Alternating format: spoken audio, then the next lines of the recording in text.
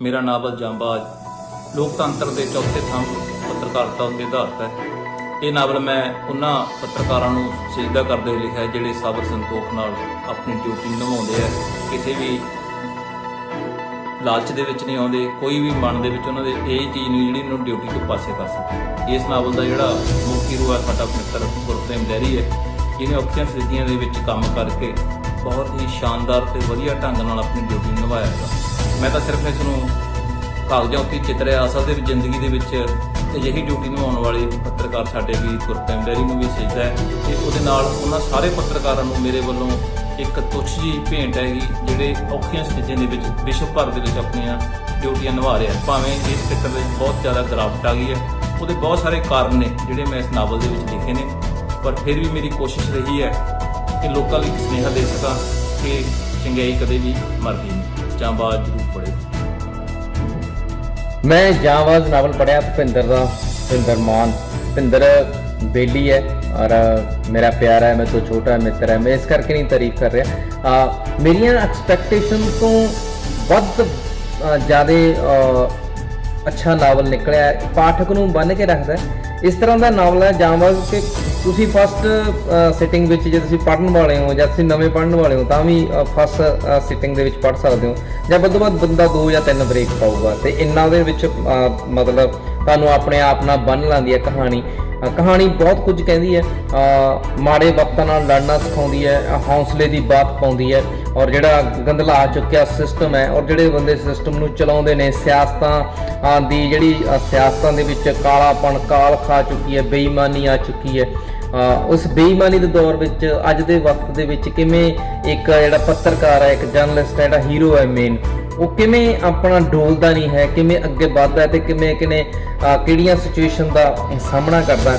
और जी शब्द जड़ता है, जी शैली है, स्टाइल है भुपिंदर का लिखण का, पाठक नूं बन के रखण का बहुत कमाल का। ਜਿਹੜੇ नवे पाठक ने मैं उन्होंने जरूर कहूँगा कि जांबाज नावल तुसीं जरूर पढ़ो, और पाठक नवा पाठक पैदा करन ਦਾ ਮਾਦਾ ਹੈਗਾ ਇਸ ਨਾਵਲ ਦੇ ਵਿੱਚ।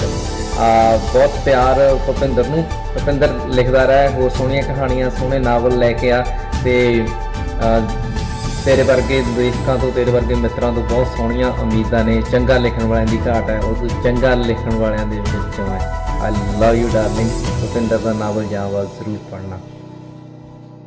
ਸਾਡੇ ਬੜੇ ਹੀ ਪਿਆਰੇ ਦੋਸਤ सुहिरद समाज सेवी ते बड़े जहीन राइटर भुपिंदर सिंह मान की नवी किताब जांबाज दे रिलीज़ नूं इहदे आउण नूं असीं पंजाबी लिटरेचर दे विच बड़ा कह लो भी निੱਘਾ स्वागत करते हैं ते नाल बल्कि धन्नवाद करते हैं भी जिहड़ा पत्रकारी ਸਾਹਿਤ है ਜਾਂ फिर सच की पत्रकारी दे उत्ते जिहड़ा लिखे जा रहे या सच की पत्रकारी का काम कर रहे पत्रकार भाइयों वालों, जिवें मैं देखा कि एक सच्ची घटना तो प्रेरित बड़ा प्यारा लिटरेरी पीस है। अज दे वो भी इस अज दे समय च आउंदा जदों ये सियासी पत्रकारी जिहड़ा लोकतंत्र के चौथे थंभ नूं निग्गरदा खरदा भुरदा देख रहे हैं, ये बड़े ही खुश हैं जी। Thank you so much. अज के दौर जदों पूरे हिंदुस्तान का ही नहीं पूरी दुनिया का फोकस साडे मीडिया के उपर है, और अड रीजन करके अड कारणा करके मीडिया का रोल अजकल साडे सामने एक सवाल बन के खड़िया। मीडिया समाज का एक शीशा होता है, आईना होता है, वो दौर दर्शाता है। वो किस तरह है कि नहीं इतने सवाल खड़े हो रहे हैं। वो दौर भुपिंदर मान का एक मीडिया बारे एक नावल आना एक बड़ी खुशआमदीद घटना है। और जितना तक मैं समझा इस नावल की मीडिया दी मजबूरियाँ, मीडिया दी त्रुटियाँ, मीडिया का रोल, लीगल सिस्टम, समाजिक सिस्टम, ये सारिया गल्लां जिक्र किया। धन्यवाद और इन्हों स्वागत किया जाए, इस नावल को वध तो वध पढ़िया जाए। सत श्री अकाल दोस्तों अज गल करांगे, मैं एक पिछे जे नावल पढ़िया उहदे बारे। नावल पढ़िया जी जांबाज, मैं क्या 2 बारी पढ़ लिया है नावल। हुण तुसीं सोचोगे कि इस तरह गलबात क्यों नावल बारे खास।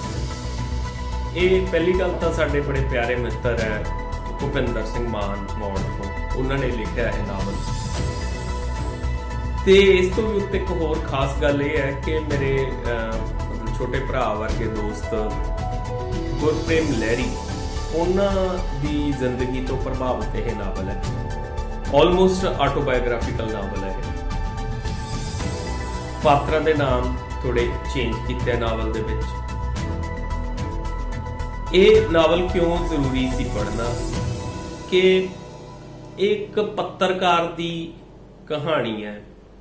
ਪੱਤਰਕਾਰ ਜਿਹੜਾ ਕਿ ਅੱਜ ਦੇ ਦੌਰ 'ਚ, ਜਿਵੇਂ ਤੁਹਾਨੂੰ ਪਤਾ ਅੱਜ ਦਾ ਦੌਰ ਹੈ ਜਿਹੜਾ, ਉਹ ਕਿਸ ਹੱਦ ਤੱਕ ਬੇਕਿਰਕੀ ਬੇਰਹਿਮੀ ਦਾ ਦੌਰ ਚੱਲ ਰਿਹਾ, ਖਾਸ ਤੌਰ ਤੇ ਰਾਜਨੀਤਿਕ ਜਿਹੜਾ ਬਦਲਾਪਣ ਹੈ ਜਾਂ ਰਾਜਨੀਤਿਕ ਬਦਲੇ ਦੀ ਭਾਵਨਾ ਹੁੰਦੀ ਹੈ, ਜਾਂ ਜੋ ਗੈਂਗਸਟਰਿਜ਼ਮ ਗੁੰਡਾਵਾਦ ਦਾ ਦੌਰ ਚੱਲ ਰਿਹਾ ਹੈ। ਇਸ ਦੌਰ 'ਚ ਸੱਚ ਕਹਿਣਾ ਉਹ ਕਿਸੇ ਜਾਂਬਾਜ਼ ਬੰਦੇ ਦਾ ਹੀ ਕੰਮ ਹੈ, ਤੇ ਇਸੇ ਲਈ ਸ਼ਾਇਦ ਇਸ ਨਾਵਲ ਦਾ ਟਾਈਟਲ ਜਾਂਬਾਜ਼ ਹੈ। ਇਹ ਨਾਵਲ ਤੁਹਾਨੂੰ ਆਪਣੇ ਨਾਲ ਬੰਨ੍ਹ ਕੇ ਰੱਖਦਾ ਅਖੀਰ ਤੱਕ।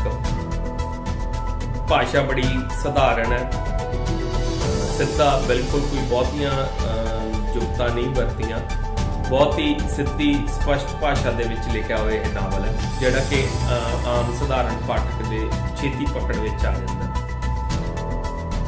ਨਾਵਲ ਦੀ ਕਹਾਣੀ ਸ਼ੁਰੂ ਤੋਂ ਹੀ ਬੜੀ ਫੋਰਸ ਦੇ ਵਿੱਚ, ਬੜੀ ਸਪੀਡ ਦੇ ਵਿੱਚ ਤੁਰਦੀ ਹੈ। ਜਿਹੜਾ ਇਹਦੇ ਵਿੱਚ ਮੁੱਖ ਪਾਤਰ ਹੈ, ਜਿਹਦਾ ਕਿਰਦਾਰ